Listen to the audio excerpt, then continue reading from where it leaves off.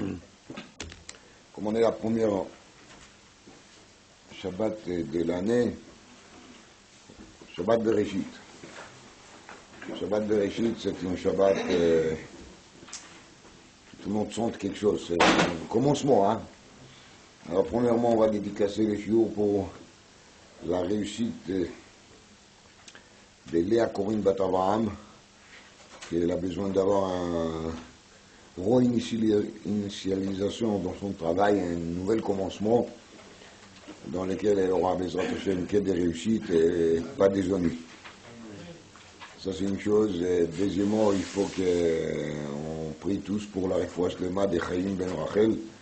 C'est un Talmid Chacham, Marbitz Torah. Il se trouve maintenant Betzahar. C'est marqué dans la Gemara, dans Brachot Dafid Bet Amud Bet, qu'ici un Talmid Chacham, il est Betzahar, il est malade, il est souffrant. Alors toute la communauté doit prier pour lui. Donc Chaim Ben Rachel. Aujourd'hui, je vais partager avec vous des divrei Torah de Sefer Or Yitzhak, qui j'ai déjà cité comme Apamim. C'est le Sefer d'un tzaddik qui s'appelait Rabbi Yitzhak de Radvil. Rabbi Yitzhak de Radvil, c'est le fils de Rabbi Michal de Zlotchov, le Maggid de Zlotchov, qui était un élève de Baal Shem Tov. Donc c'est un de ses fils. Vous vous rappelez, je vous ai raconté qu'il a eu 5 fils. Cet fils-là, il a dit que c'est le fils de Sefer Shmot, mais aujourd'hui, c'est le début des Bereshit, on va quand même dire de sa part un nom, de sa part un Dvar Torah sur Sefer Bereshit. Vous allez voir que même s'il est Sefer Shmot, mais il était capable aussi de traiter Sefer Bereshit. Alors, Rabotai, Sefer Bereshit, quand il commence avec Bereshit, Bara Elokim, et Hashamayim, et Haaretz. Et dans la Gemara, dans la Sechet Megillah, Daftet Amud Aleph, la Gemara nous raconte longuement une histoire qui s'est passée à l'époque d'un monsieur qui s'appelait Talmai Amelech. Talmai, le roi grec, il a demandé aux sages d'Israël de traduire pour lui la Torah en grec. Et ces sages-là, il les a soupçonnés, il avait raison, qu'ils vont lui faire des changements, ils vont fausser un peu les textes. Alors, pour éviter ça, il les a enfermés dans 72 maisons, dans lesquelles chacun il était à part, chacun il était isolé des autres, et comme ça il a espéré que ça va marcher. Mais ça n'a pas marché, parce que les sages étaient des sages. Et donc, ils ont tous pensé, ils ont tous eu les mêmes réflexions, et ils ont fait une série de changements, que la Gemara détaille là-bas, dans Megillah Daftet, et ils sont arrivés tous à faire une traduction faussée dans les mêmes endroits. C'est quand même une aide d'Hachem. Et pourquoi ils ont faussé? Chaque fois, il a une explication là-bas dans le Filia. Bien sûr, on ne va pas tout faire maintenant, parce qu'on est dans la Parasha Bereshit, et dans la Parasha Bereshit, ils ont faussé justement les premiers versets de la Torah. À place d'écrire Bereshit bara Elokim, ils ont écrit Elokim bara Bereshit. Et ça, c'est pourquoi? Parce qu'il se disait, si on va écrire les choses, si on va traduire les choses comme c'est écrit devant nous, on va écrire quoi? Qui Bereshit a créé Elohim. Talmai Amelech, il sera plein de joie, et il va dire qu'il y a deux dieux. Un qui s'appelle Bereshit, et l'autre qui s'appelle Elohim. Et le dieu Bereshit, il a créé le deuxième dieu, le dieu secondaire, qui s'appelle comment? Elohim. Vous savez, quand quelqu'un est têtu, il peut tout dire. Et c'est ça les Zkenim, ils ont compris, que Talmai Amelech, il risque de dire ceci. Donc qu'est-ce qu'ils ont fait? Ils ont faussé. Ils ont tous écrit à la place de Bereshit bara Elohim, Elohim bara Bereshit. Donc maintenant, même s'il va dire que Bereshit c'est aussi un dieu, on s'en fiche. Pourquoi? Parce que c'est qui les créateurs, les premiers créateurs? C'est pas Bereshit. Les premiers créateurs, c'est qui? C'est Elohim. Baruch Hashem, tout va bien. Hein? Tout va bien, n'est-ce pas?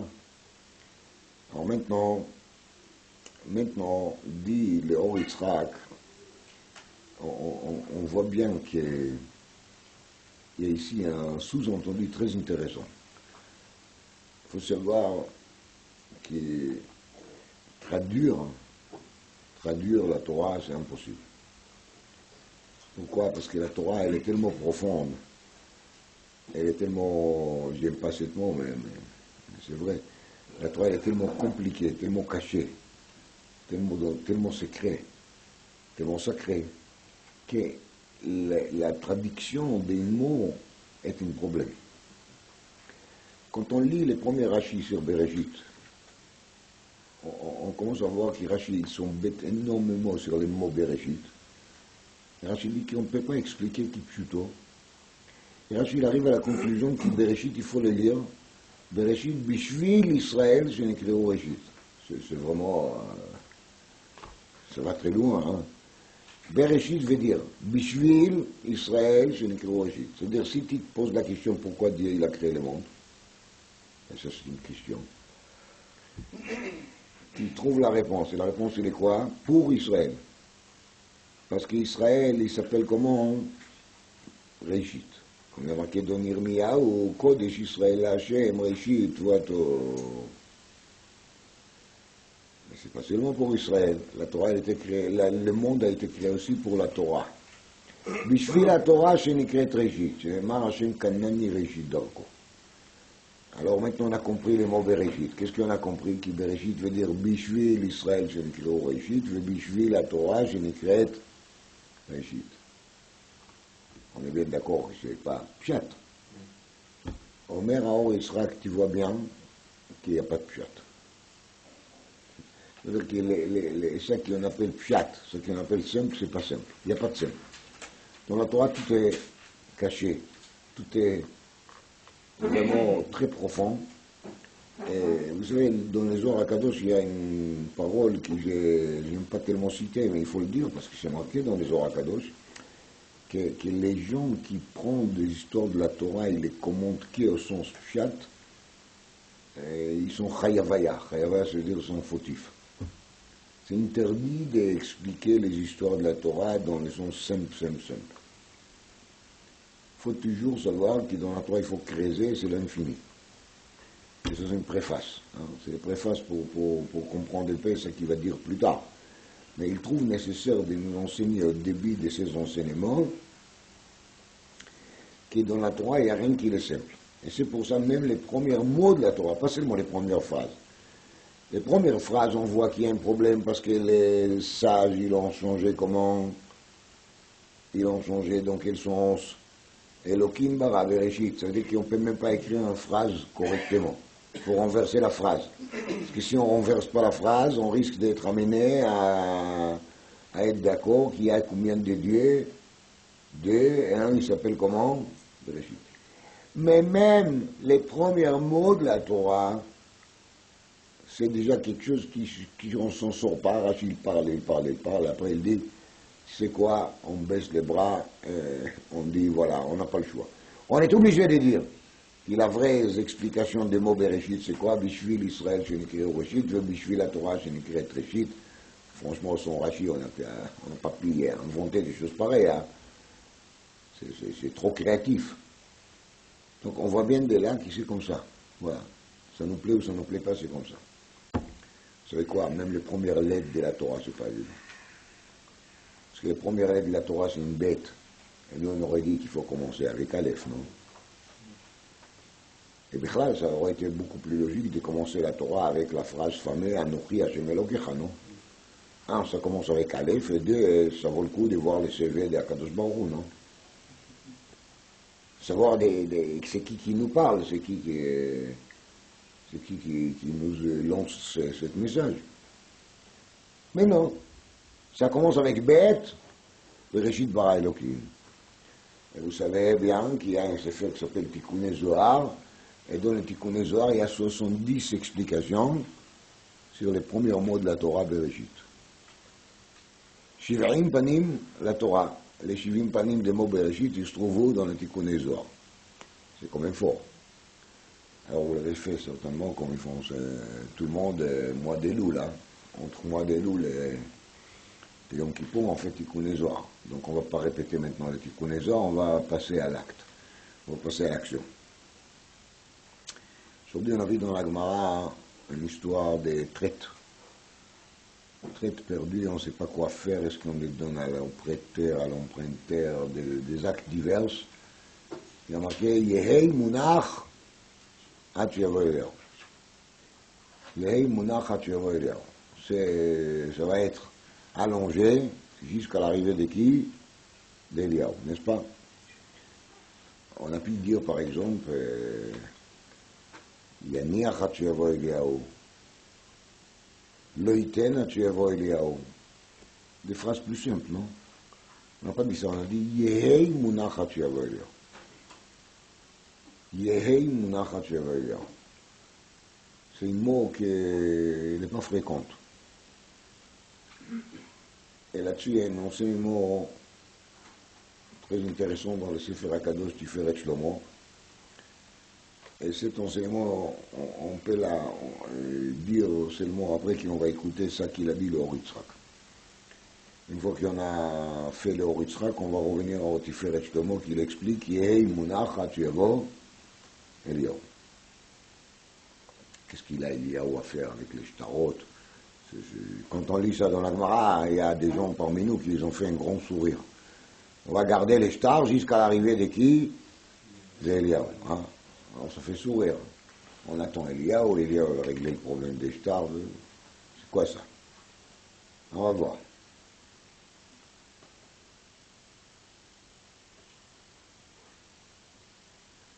On trouve encore dans la paracha au sujet de Shabbat. Parce que les sujets de Shabbat, c'est les sujets de la paracha. ויחולו השמיים והארץ וכל צבאם. ויכל אלוקים, et voici, הקדוש ברוך הוא il a fini, ביום השביעי מלאכתו אשר עשה. וישבות ביום השביעי מכל מלאכתו אשר עשה. Dieu il a fini, il a terminé son travail le 7e jour. Hein? ויברך אלוקים את יום השביעי ויקדש אותו. Il lui a béni. Qui vaut Shabbat mikol melachto. Ce jour-là, le 7e jour, il a arrêté tout son travail. Asher bara Elokim לעשות. מה זה לעשות? לעשות, c'est un futur. Le mot לעשות veut dire de faire. De faire, c'est quand? C'est de faire après. Mais ça veut dire qu'il a terminé ou il n'a pas terminé? Parce que s'il dit לעשות, ça veut dire qu'il n'a pas terminé. Alors Rashi, il amène, au nom de Chazal, en vérité, il y avait des choses qu'il devait faire Shabbat. Mais un changement de programme, tout a été fait quand est-ce? Le vendredi. Une sorte de...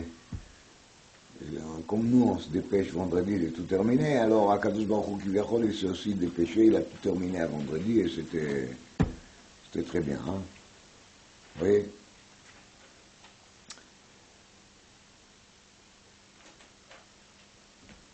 Il y a remarqué que quand on a dit ici, Vaïchal Elokim Bayom HaShvi'i Melachto Asher Asa. Kadosh Baruch Hu, il a fini tout Bayom HaShvi'i. On se sert de quel nom? Elokim. Et tout le monde sait ce qui Rashi dit au début de la paracha. Bereshit bara Elokim. Et après, on trouve Beyom Asot Hashem Elokim Eretz Shamayim. Donc au début, dans le premier verset, on parle de Bereshit bara mi Elokim. Elokim, comme nous savons déjà, c'est quoi? C'est Midat Adin, c'est la sévérité. Mais plus tard, on trouve Beyom Asot Hashem Elokim. Yud-Kei Vav-Kei Elokim. Eretz Veshavayim. Alors c'est Elokim ou Hashem? Omer Rashi, c'est marqué dans la Gemara. רק הקדוש ברוך הוא שאין העולם מתקיים במידת הדין. הקדוש ברוך הוא, il a vu que le monde ne pourra pas tenir si on va mettre tout sur la sévérité. C'est-à-dire, si tout va être de la justice, le monde ne va pas tenir. Qu'est-ce qu'il a fait à Kadosh Baruch Hu? Il a fait une sorte de mélange, d'une coopération entre Midat HaRachamim et Midat Adin. Et c'est ça qui veut dire Beyom Asot Hashem Elokim Eretz Veshamayim. Hashem Elohim. Hashem c'est Midat Arachamim, Elohim c'est Midat Adin. Hashem c'est la miséricorde, Elohim c'est la sévérité. Akadosh Baruch Hu, il a fait une sorte de coopération entre quoi et quoi? Entre la miséricorde et la sévérité. Donc, en vérité, l'Elohim des débuts de la création, il n'a pas resté Elohim. Parce qu'il était mélangé, entre guillemets, avec quoi? Avec Hashem. Mais là, par contre, quand on parle de Shabbat, on trouve quoi? Vaïchal Elohim bayom hashvi'i, vaïvarech Elohim et yom hashvi'i vaïkadesh oto. Normalement, on devait trouver quoi ici? Vaïchal Hashem Elohim bayom hashvi'i, vaïvarech Hashem Elohim et yom hashvi'i, non? Il n'y a pas Hashem Elohim. Il n'y a pas Vaïchal Hashem Elohim. Il y a seulement Vaïchal Elohim. C'est vérité, à l'excellence. Vaïvarech Elohim.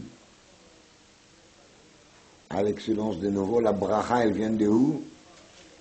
D'Elohim. C'est le nom de quoi? Le nom de la sévérité. Alors c'est étonnant. Alors on a trouvé ici deux difficultés.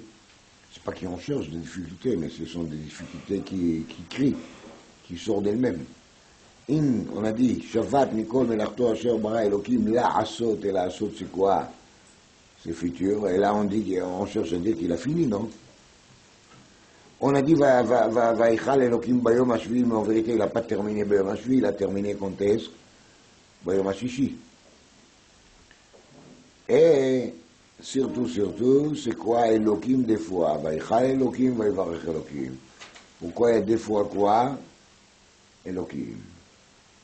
Et pourquoi on n'a pas trouvé, comme on aurait souhaité de trouver, Hashem Elohim? Parce que c'est Bikesh livre et Olam Bemidat Adin. Au départ, Akadosh Baruch Hu, il a pensé faire quoi? De créer le monde Bemidat Adin. Mais Ra'a Hashem Olam Nitkehem. Il a bien vu que le monde ne tient pas si on va rester seulement avec quoi? Avec Elohim. Donc qu'est-ce qu'il a fait à Kadosh Baruch Hu? Il a coopéré Elohim avec quoi? Avec Yud-Kei, Vav-Kei. Et s'il a coopéré, pourquoi on ne trouve pas ça au sujet de quoi? De Shabbat. Shabbat, c'est l'air qu'on est de nouveau avec quoi? Avec la sévérité. On ne comprend pas pourquoi, parce que pour nous, Shabbat, c'est un jour de relax, non? De repos, Tout va bien, Shabbat, non? C'est pas le jugement, Shabbat. Même les Beidin, tribunal rabbinique, il n'a pas le droit de siéger Shabbat. Donc pourquoi Shabbat, on trouve quel nom uniquement? Le nom Elohim. Je crois que la question elle est claire, non?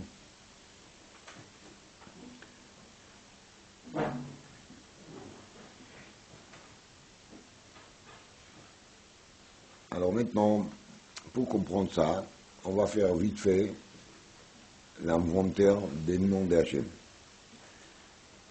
On a Yud-Kei Vav-Kei, Shem qu'on appelle Havaya. On a Elohim, c'est le Shem qu'on appelle la sévérité. On a Aleph Dalet Nun Yud, Adon, ouais. Et on a aussi un nom qui est Aleph Kei Yud Kei. C'est ça qu'il a dit à Kadosh Baruch Hu, à Moshe Rabbeinu, quand il a dit Eye Asher Eye. Eye Asher Eye. Quand Moshe Rabbeinu il a demandé Mashmo, Mama Aleem, si les Israël vont me demander c'est quoi les CV de Kadosh Baruch Hu, qu'est-ce que je vais leur dire? Kadosh Baruch Hu il a dit tu vas leur dire Eye Asher Eye. Dans les Zohar Kadosh, je ne suis pas un Mekoubal, hein, je vous dis, dans les Zohar Kadosh il a écrit. Et il faut savoir qu'il est Meshich Chochma dans la Parsha Shmot, il amène ce Zohar. Dans le Zohar Kadosh il a écrit qu'il est Shem Eye, Aleph Kei Yud Kei, c'est Shem HaKeter. Ça fait très peur, hein. C'est les noms des couronnes. C'est les noms des couronnes. C'est-à-dire que cette Shem Aleph Kei Yud Kei, il est au-dessus de tout. C'est ça qui veut dire la couronne, parce que la couronne c'est sur la tête de qui? Des rois.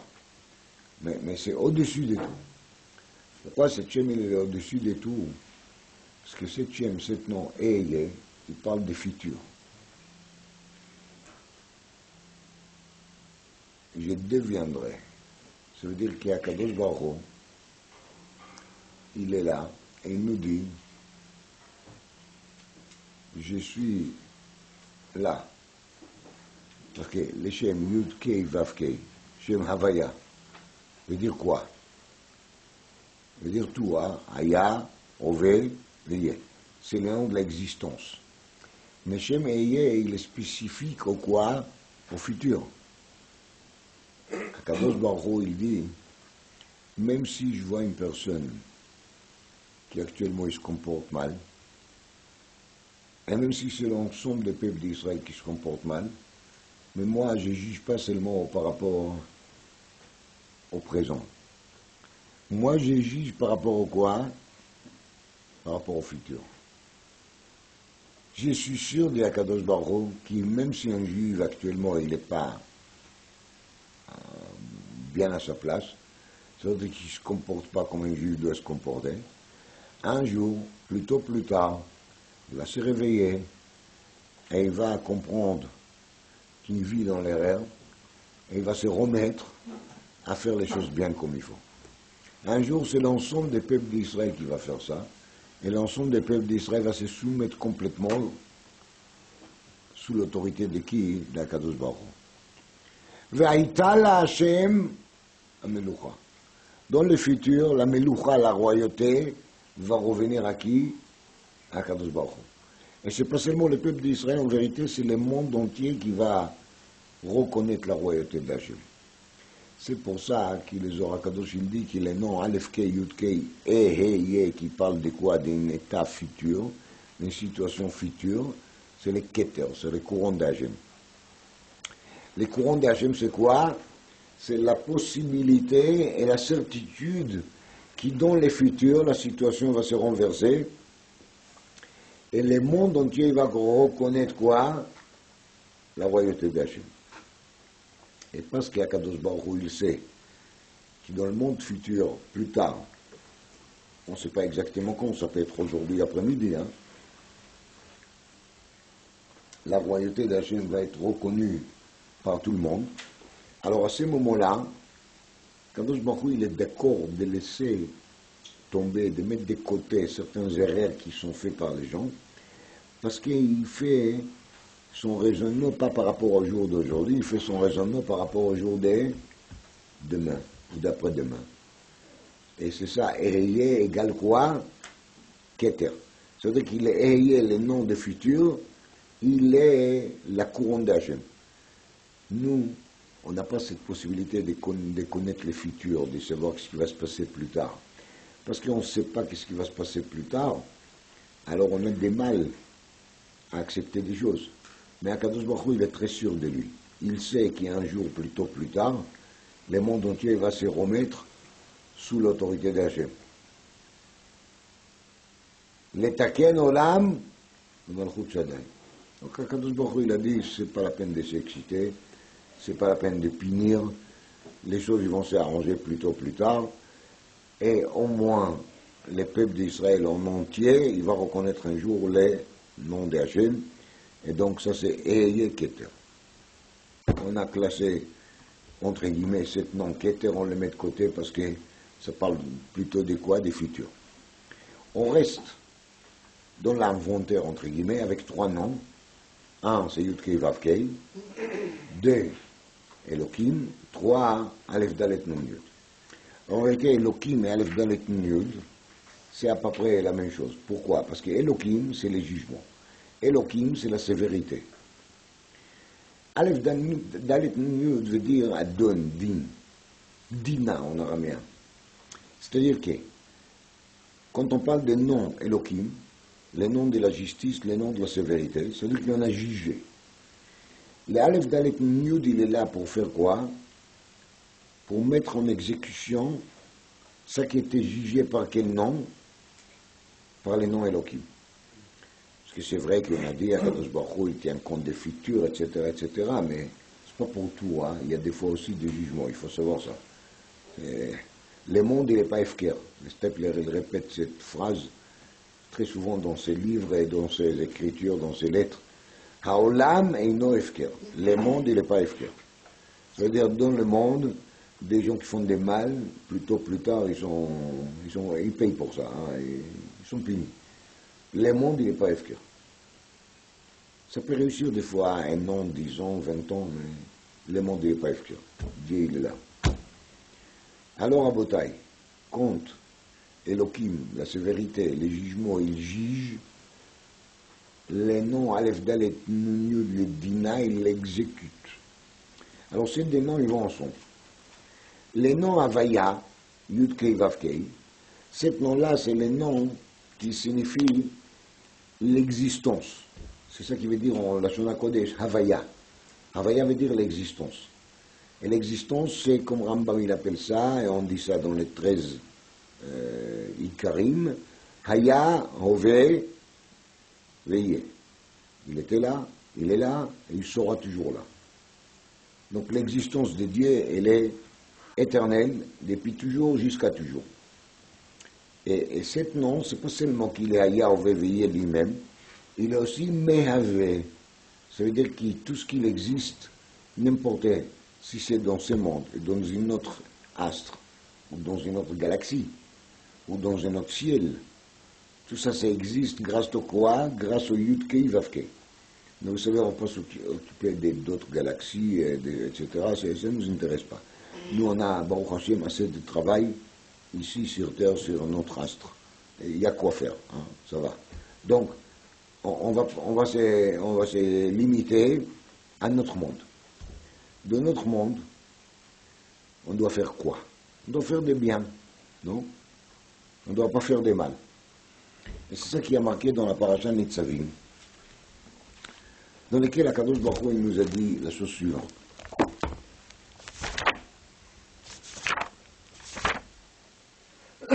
Ré, c'est Nitzavim Perek Lamed Pasuk Tetvav, Dvarim Perek Lamed Pasuk Tetvav. Ré, נתתי לפניך היום את החיים ואת הטוב, את המוות ואת הרע. Je mets devant toi la vie et le bien, l'amour et le mal. dit הקדוש ברוך הוא, אשר אנוכי מצווך היום לאהבה את השם אלוקיך, ללכת בדרכיו ולשמור מצוותיו וחוקיו ומשפטיו וחיית. C'est ça que je te propose. Je te propose de faire les mitzvot, les mishpatim, les chukim d'Hachem, tous les lois d'Hachem, de les bien respecter comme il faut, et comme ça, vechayita veravita.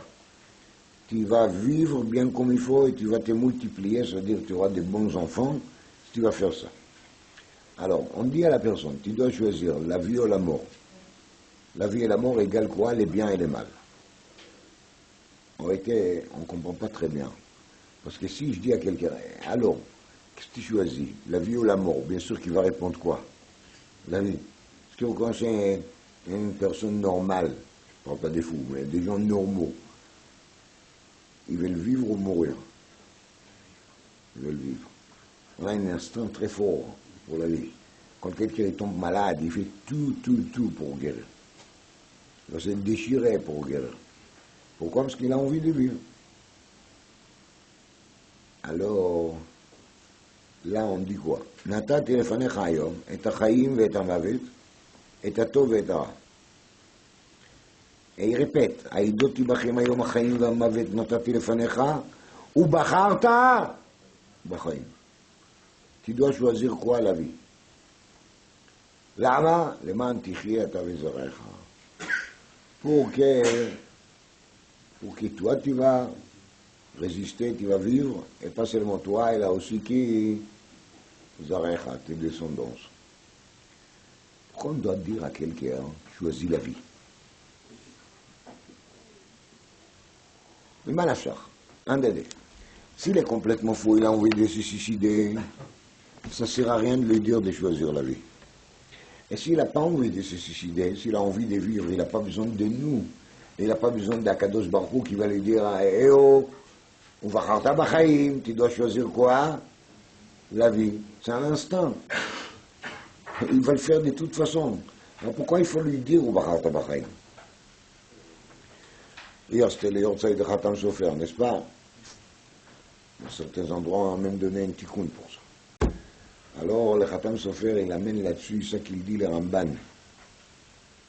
Asher ya'aseh otam ha'adam v'chai ba'em, parashat Acharei Mot.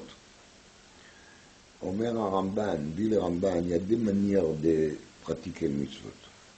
Il y a des gens qui pratiquent le mitzvot, ou bien par tradition, par habitude, ou bien parce qu'ils ont peur des guénums, qu'on les a fait peur, on les a expliqué qu'il là-bas il y a des grillades, des choses vraiment désagréables. Ou bien il y a des gens qui font les mitzvot parce qu'ils ont bien envie de se trouver au Gan Eden, parce que Gan Eden, c'est bien Gan Eden. Ça a l'air d'être intéressant d'être là-bas. Alors, les gens qui font les mitzvot, ils les font souvent sans réflexion parce qu'ils ont l'habitude, et de temps en temps pour éviter les guinées, et de temps en temps pour gagner les Gan Eden. Et ça, c'est une méthode de pratique des mitzvot qui n'est pas vraiment la bonne. Surtout quand on a des enfants. Et les enfants, ils savent que tout ce qu'on fait, c'est juste une tradition. Que tout ce qu'on fait, c'est juste un moyen pour ne pas servir comme un objet de grillade. C'est pas comme ça qu'on fait la transmission de l'amour des Torah et des mitzvot à ses enfants, on est bien d'accord. Dit le Ramban, Asher ya'aseh otam ha'adam v'chai ba'em, ça veut dire vivre dans la mitzvah, veut dire de vraiment faire la mitzvah parce qu'on a compris que la mitzvah, il faut la faire bien comme il faut. Pourquoi? Parce que de pratiquer le mitzvot, c'est bien. Pourquoi c'est bien? Parce que c'est bien. Parce que c'est la vie. Et on fait la mitzvah, et on pratique la mitzvah, parce qu'on a la conviction profonde et intime, comme ils disent les goïms, mais chez nous c'est vraiment profond et vraiment intime, que de pratiquer le mitzvot Hashem, c'est bien. Des fois c'est difficile, des fois ça demande un effort, des fois on ne comprend pas, des fois on se demande mais comment je peux vraiment croire que... Mais on le fait quand même. Quand la pratique des mitzvot il se fait à cette manière-là, c'est ça qui dit la Torah, Vechaïta, Veravita, Ata, Vezarecha. Là, la pratique des mitzvot, c'est la vie. Et cette vie, tu vas la transmettre aussi à qui? À tes descendants. Mais si tu expliques à tes enfants que tu fais Shabbat parce que tu as vu ça chez tes parents et tu as tellement l'habitude avec l'odeur de la dafina ou des tchount, qui sont ça, c'est pas Shabbat. Ton fils, il peut dire, moi je connais d'autres odeurs. Ça m'intéresse plus que ça. Si tu dis à ton fils, j'ai pas envie de devenir un objet de grillade, ton fils il peut te dire, moi je crois pas à toutes ces histoires de religion. En plus, on peut acheter, aujourd'hui il y a des méthodes, on s'achète quelque chose qui on peut se couvrir avec, vous savez, c'est le anti-fait. Donc où est le problème? Toutes ces méthodes annexes pour faire les pratiques des mitzvot, ils ne passent pas. Faire les mitzvot, ça doit se faire de quelle manière? Ça doit être ta vie. Si c'est ta vie, c'est ça, le kiyum mitzvah qui peut être considéré comme vechaïta, veravita. Explique le Khatam Sofer, quand on a donné aux gens la possibilité de choisir entre la vie et la mort, ça ne parle pas des gens qui vont faire des avérotes. C'est de choisir à quelle méthode, à quelle manière faire les mitzvot. Parce que dans la pratique des mitzvot, il y a aussi une méthode qui s'appelle comment?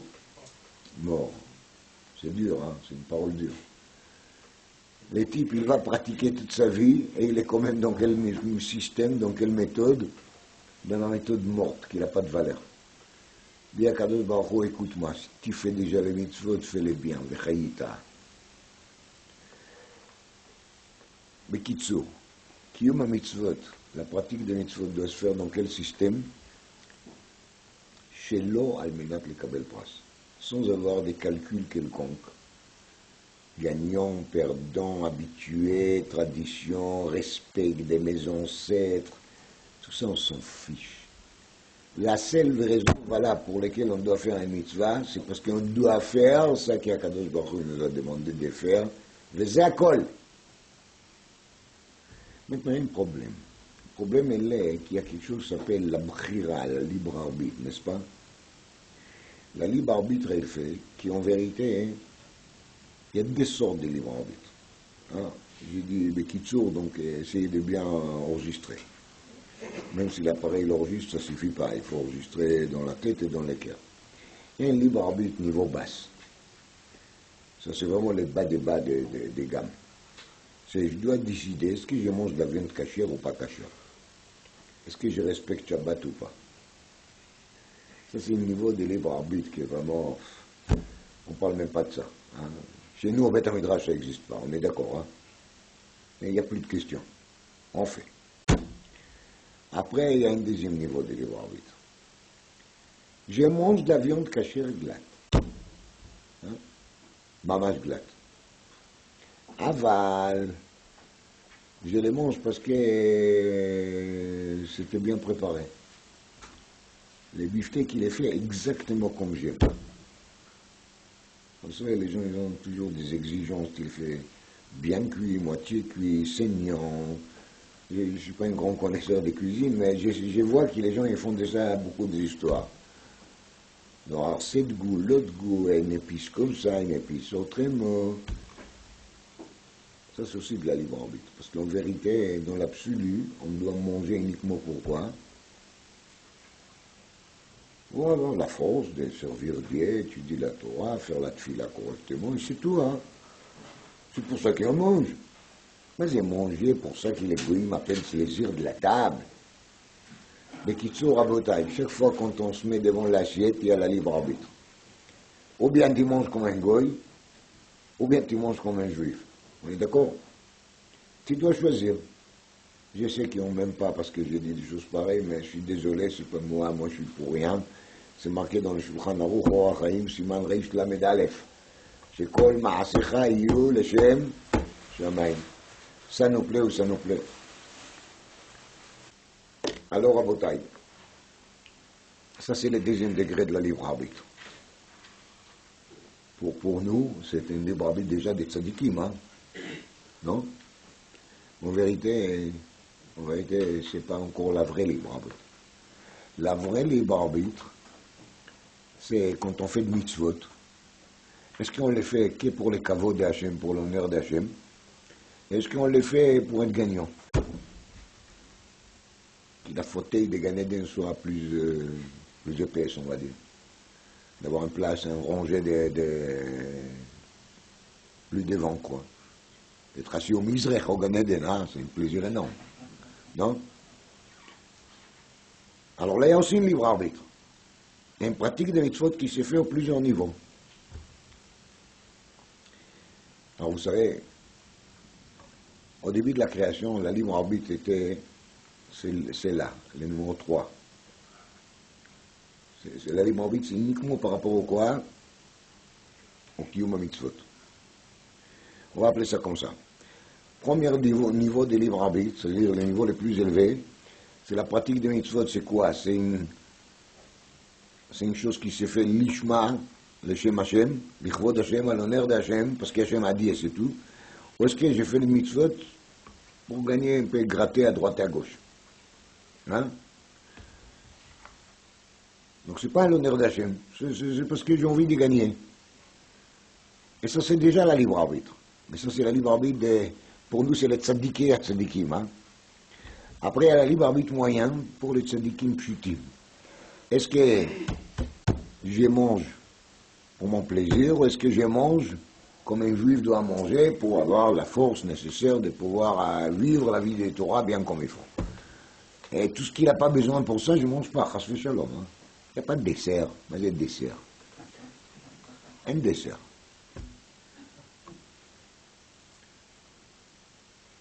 Troisième niveau, c'est le niveau des gens vraiment basses.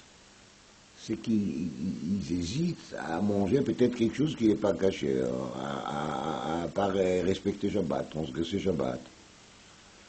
Ça, on ne parle même pas. C'est pas du tout pour nous. Hein? On est d'accord. On est d'accord, non?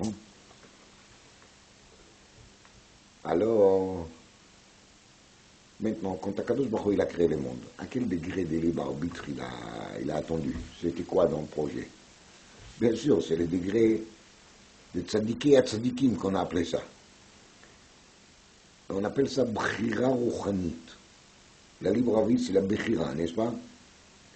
Et cette bchira, c'est une bchira rouchanit. Quand Adam Rishon a été créé, c'est marqué dans les Ramchal et dans d'autres, qu'il est Yetzer Hara, il n'était pas à l'intérieur. Le Yetzer Hara était où? À côté. Tout le monde sait ça. Il vient le Nachash, le serpent, il commence à raconter des histoires. Et il dit, vous savez, il dit à la femme, Madame, Dieu, il a mangé de cet arbre, et il a créé le monde. Franchement, si un serpent il vient et vous raconte ça, vous allez lui croire. Non, soyons sérieux, on n'est pas de gamin. Madame Chava, hein, c'est pas n'importe qui. C'était une femme très grande.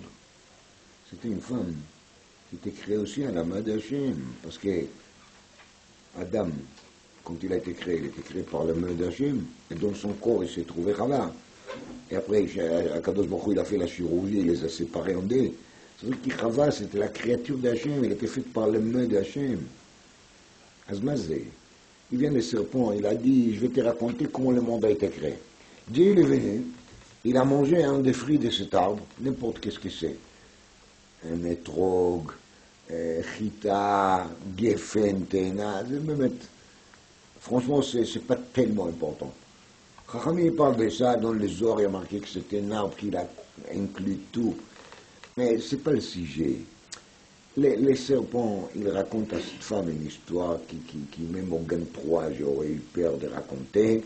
C'est que Dieu, il a pris un fruit de cet arbre, il lui a mangé, et après il a créé le monde. Donc, propose les serpents à la femme, tu sais quoi? Mange aussi un de ces fruits, tu vas devenir créateur. C'est pour ça qu'il dit, il vous a dit de ne pas manger, hein, parce qu'il ne veut pas que vous allez devenir qu'Elohim. C'est pas possible d'expliquer ça pchat. C'est pour ça que j'ai commencé à dire que même les premiers mots de la Torah Bereshit, elles ne passent pas. C'est-à-dire qu'il faut creuser. Alors si j'étais un vrai Baal Moussar, j'aurais dit qu'il est Yetzer Hara, il est capable de nous convaincre sur des choses complètement tordues, même sur des idioties totales et entières. Et peut-être c'est vrai aussi. En tout cas, à mon niveau, je reconnais que des fois, les Yetzer Hara, il arrive à me faire des choses qu'après je me dis, Gewalt, comment j'ai pu le faire? Ouais. Alors, ça ne me dérange pas tellement de dire qu'il est Nachash Bémet, il a dit des bêtises à la femme, mais des bêtises ouvertes, et comme il a mangé, il a gavé. Mais je vais vous dire qu'est-ce qu'il dit, le Rabbi Yitzchok. Rabbi Yitzchok Radvil et Rabotai, Tishmeu Tov. Le Nachash, il a convaincu la femme, qui quand Dieu il a créé le monde, c'était pas pour le libre arbitre de quoi? Des niveaux 1 à libre arbitre de tzadikim, mitzvah le shem shamayim, mitzvah pas le shem shamayim. Il a créé le monde pour avoir le libre arbitre de plaisir. Pas d'interdit permis. Ça, c'est... On ne parle même pas, hein. C'est pour le libre arbitre de quoi? De plaisir. C'est ça, achila. Les chol, manger, c'est pas seulement manger. Ce qui est plaisir, il inclut dans le manger. C'est le Rambam qui dit, on s'est réécrit tout. Rambam, il appelle ça Nekuda Nifla. Nekuda Nifla, il est qui, quand on parle de Hana'a, de plaisir, le top de plaisir, c'est manger. C'est pour ça qu'on appelle toujours manger autre chose aussi. Le machal, achla ou machata pia. Ça parle d'un autre sujet. Alechem, asher ochel, dit Rashi, c'est toi, ta femme. Lechem, ochel, ma lechem, ma ochel. C'est le symbole de plaisir. Alors, les serpents, ils racontent à la femme que jusqu'à maintenant, vous êtes vécu dans un monde très spirituel. Vous avez cru qu'il a libre arbitre, il existe uniquement par rapport au quoi? Par rapport au niveau A. Quel niveau? Est-ce que je fais la mitzvah pour ça ou pour ça? On est d'accord? Il vient maintenant, le serpent, il dit, vous vous trompez, madame. Dieu, il a créé les mondes pour que vous aurez un libre arbitre encore plus bas que ça. Mais vous arriverez à réussir, il n'y a pas de problème. Dieu, il attend de vous de pouvoir manger de cette fruit, le Shem Shamaï. Ah, ça, Rabotai, c'est l'argument de qui? Des serpents. Mais c'est faux. Parce que la vraie vérité, elle est qu'Akadosh Baruch Hu, il ne voulait pas ça. Alors maintenant, on revient. Elokim begimatria hateva. Pirouche. Dans le nom Yud Kei Vav Kei, il n'y a pas de doute. Dès qu'il c'est Elokim, on se trouve sur quel niveau? Hateva. Hateva veut dire la nature. Quand on est dans la nature, alors par exemple les biologistes, ils vont essayer de nous expliquer en détail comment ça fonctionne. Sauf qu'ils ne savent pas expliquer comment ça a démarré exactement. Mais maintenant on analyse la situation, on dit voilà, c'est comme ça, il y a chromosome X, chromosome Y, les deux se mettent ensemble, des fois il y a des erreurs, des fois ça marche comme ça, des fois ça marche comme ça, et voilà, c'est bon. Mais, ça c'est Elokim Bedimatria Teva, les choses sont déguisées. Mais au-delà de ça, il y a quoi? Yud Kei Vav Kei, la présence divine de Hachem. Et la présence divine de Hachem, elle fait quoi? Elle fait que c'est lui le créateur, c'est lui qui a créé tous les X et les Y, etc. Le X, Y, il vient aussi d'Hachem. Alors, dans l'Elohim, on peut se tromper. Je répète, quand on dit Elohim, on peut se tromper. Pourquoi? Parce qu'Elohim, Begimatria, Ateva. Et c'est pire que ça. Vous savez pourquoi c'est pire que ça? Parce qu'on trouve dans la Torah une expression Elohim Acherim. Mais c'est Elohim Acherim? Un autre Dieu. Et jamais marqué, nulle part vous allez trouver Hachem Acherim. En kazé d'avant. Ça n'existe pas. Il y a seulement Elohim Acherim. Pourquoi? Parce que dans le nom Elohim, qui est le Gematria Ateva, il y a la marge d'erreur. Les Elohim, elle peut devenir Elohim Acherim. Tandis que dans les Yud, Kei, Vav, Kei, les Zohar HaKadosh, il dit En bo shinui. Il n'y a pas de shinui, ça veut dire il n'y a pas de changement. Ça reste bloqué dans le bon sens, ça ne bouge pas. Alors maintenant, on recommence. Bereshit bara Elohim. Quand Dieu a créé les mondes, c'est pour faire quoi? Pour avoir la libre arbitre. Parce que sinon, ça ne sert à rien de créer les mondes. Des anges qui n'ont pas de libre arbitre, ils se trouvent déjà là. Quand Dieu a créé les mondes, c'est pour créer l'être humain. Et pour qu'il l'être humain, il aura quoi? La libre arbitre. Ça c'est Elohim, parce qu'Elohim, Begimatria, Ateva. Hein? La possibilité de se tromper. Et Elohim, il peut devenir au pire des cas à quoi? Elohim Acherim. Donc c'est très dangereux. Mais de l'autre côté, si on arrive à résister l'épreuve, on a résisté à la libre arbitre, on est sauvé. N'est-ce pas? On est bien. Mais après, Akadosh Baruch Hu, il a vu que l'être humain ne peut pas tenir. Donc l'être humain, il a besoin d'aide. Yitzro shel Adam itgaber alav bechol yom. Le Yetzer Hara, il se renforce d'un jour à l'autre. Si la vôtre non, la mienne oui. Dit la Gemara, Vilmalei Akadosh Baruch Hu ozro. Sinon qu'Akadosh Baruch Hu, il va aider l'être humain de résister contre le Yetzer Hara, en yachol. Pirouche. Yud Kei Vav Kei, le Shem Havaya, il est là pour nous soutenir, pour faire face à la problématique et à la complexe de quoi? De Shem Elohim.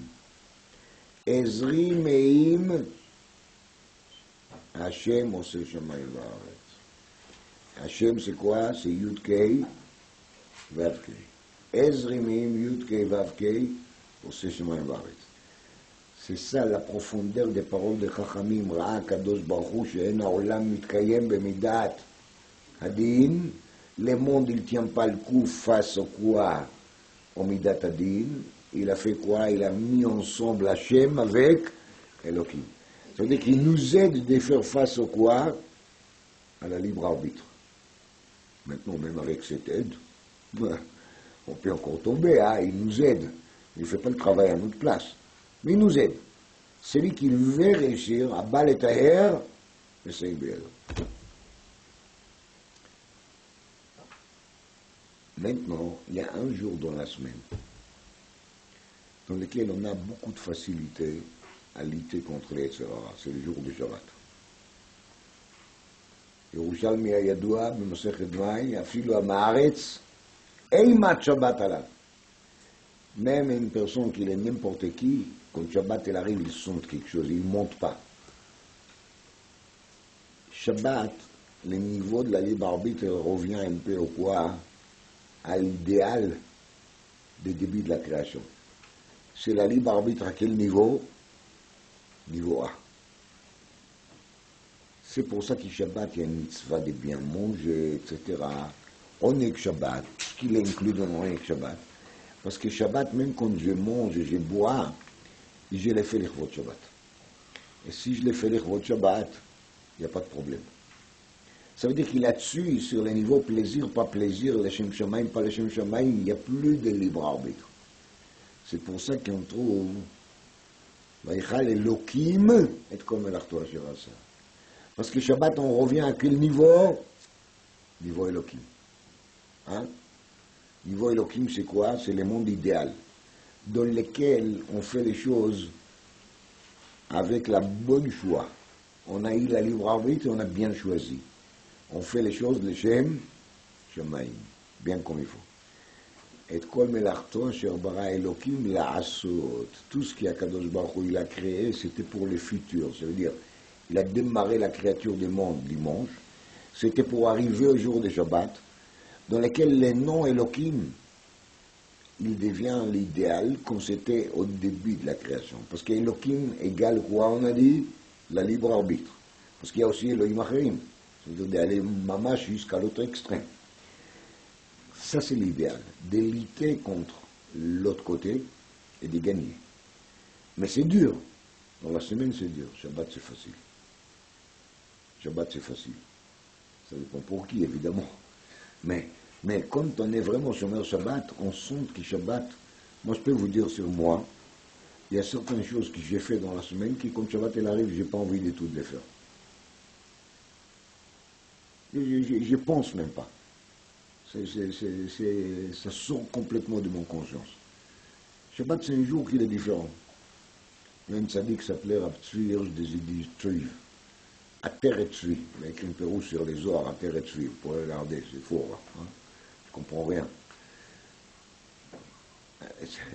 Non, ça prouve ou bien que moi je suis très petit, ou bien qu'il est très grand. Mais l'homme Chanel, vous avez un Sefer Chashuv sur les Zohar, très cité, très utilisé. Le Rav Malbim, c'est lui qui a fait le Pérouche sur les Tanakh. Le Rav Malbim, il était chez lui, je crois, 1 an et demi pour apprendre chez lui la Kabbalah. Ça dit quelque chose, ça vous dit quelque chose, j'espère. Donc, la terre est suite des Yiddish. J'ai vu une lettre qu'il a écrite à quelqu'un. Il écrit là-bas comme ça. Que Shabbat, cette lettre, il était écrite jeudi dans la nuit. Quand il termine la lettre, il dit, je suis désolé, maintenant c'est déjà vendredi, donc je ne vois pas bien, donc je dois m'arrêter. Ça veut dire qu'à partir de vendredi matin, ou la nuit entre jeudi et vendredi, il a eu des mal à voir autre chose que Shabbat. Et c'est pour ça qu'il n'a pas fait Tachanoun même vendredi matin. Nous, on ne fait pas Tachanoun vendredi après-midi. Lui, il n'a pas fait Tachanoun vendredi matin. Il a senti déjà que Shabbat, elle arrive, c'est autre chose. Donc on ne peut pas voir les mondes. C'est fini, on voit d'autres choses. Vaïki zaken Yitzchak vatichena elav mireot. Hein? Réou ki Hashem natan lachem et Shabbat. Réou, regardez, vous voyez autre chose. Vous voyez quoi? Qui c'est Dieu qui vous a donné Shabbat. Mais Dieu, c'est quoi? Yud Kei Vav Kei. Shabbat, c'est les jours dans lesquels l'Elohim, il arrive au top niveau. Pourquoi? Parce qu'on est tous soumis au quoi? Au Yud Kei Vav Kei. Ça veut dire qu'on fait la bonne choix. Shabbat Kodesh. On est Shabbat. Et Shabbat, on est d'autres personnes. Et notre libre arbitre, elle reste comme c'était au début de la création. Ça veut dire la libre arbitre, quel degré? Degré A. Degré B, il n'existe pas. Et degré C, c'est même pas la peine de parler. Hein. C'est fini, c'est terminé. Alors, moi, Rabotai, ושבת קודשך באהבה וברצון, נחמתנו.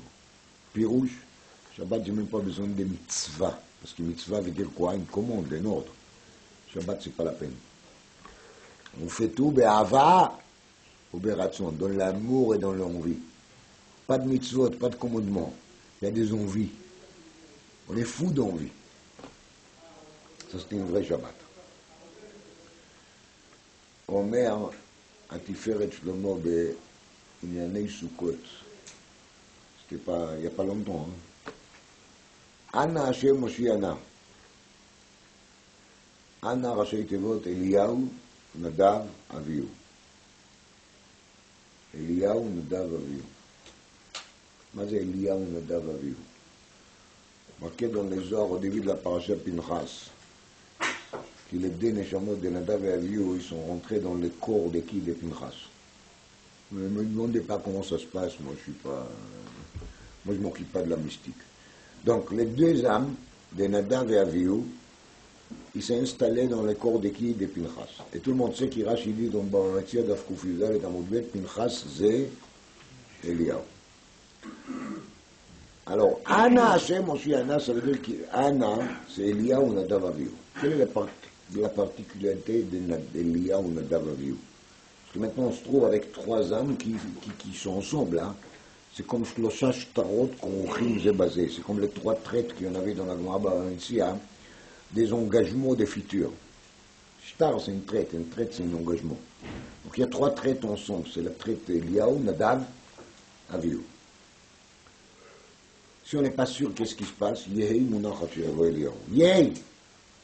Vas-y, Yehi. On dit Anna Hashem Moshiana.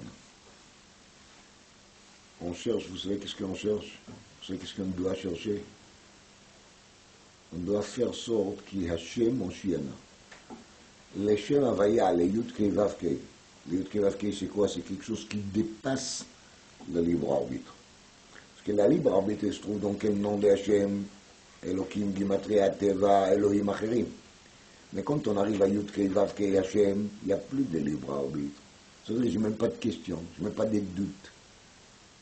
Alors on dit Anna Hashem Moshiana.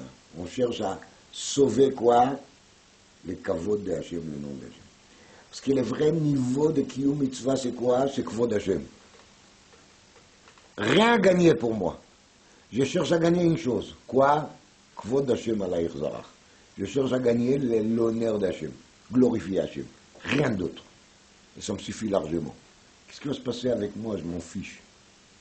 Je m'en fiche. C'est pas ça qui est intéressant.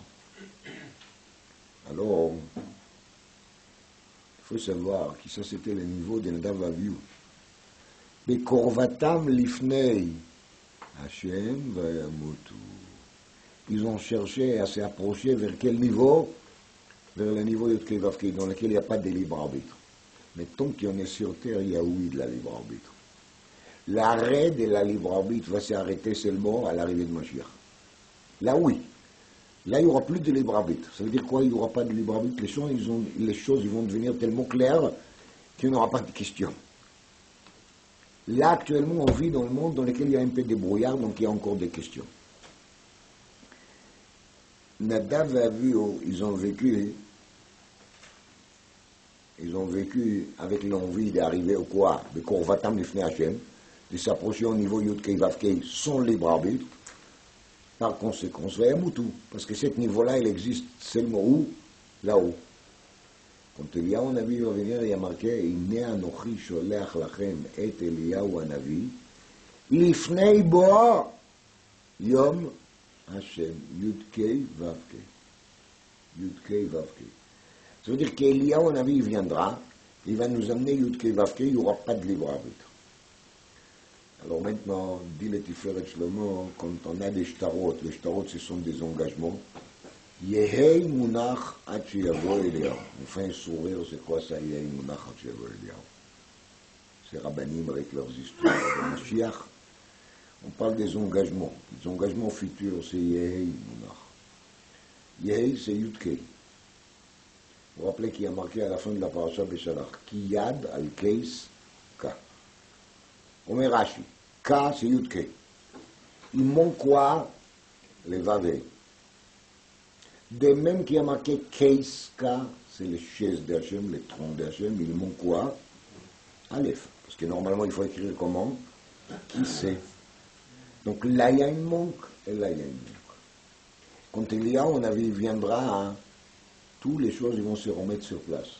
Ça ne va pas être seulement Yud Kei, ça va se compléter avec quoi? Ou bien avec Vav Kei, ou avec une deuxième fois Yud Kei. Comme dit les Tiferet Shlomo de lui-même au début de la paracha Kitavo, mais je ne vais pas vous embrouiller trop, donc les Yud Kei, il va coopérer avec les Aleph qui manque dans quoi? Dans les Kissé. Et ça, c'est la profondeur des Shtar, qui n'est pas clair, on n'est pas soucié, on n'est pas inquiet. On est מאמינים בני מאמינים. יהי מונח י"ק א' עד שיבוא אליהו, הנה אנוכי שולח לכם את אליהו הנביא לפני בוא יום, השם י"ק ו"ק. Voici, on a compris un peu c'est quoi Hashem Aleph K Yud K, c'est quoi Hashem Yud K Vav K, c'est quoi Hashem Elohim, et c'est quoi Hashem Adnut. Kadosh Baruch Hu nous aidera d'avoir l'intelligence de faire face à la libre arbitre au plein sens A, B, Vekol Sheken, C. Et Kadosh Baruch Hu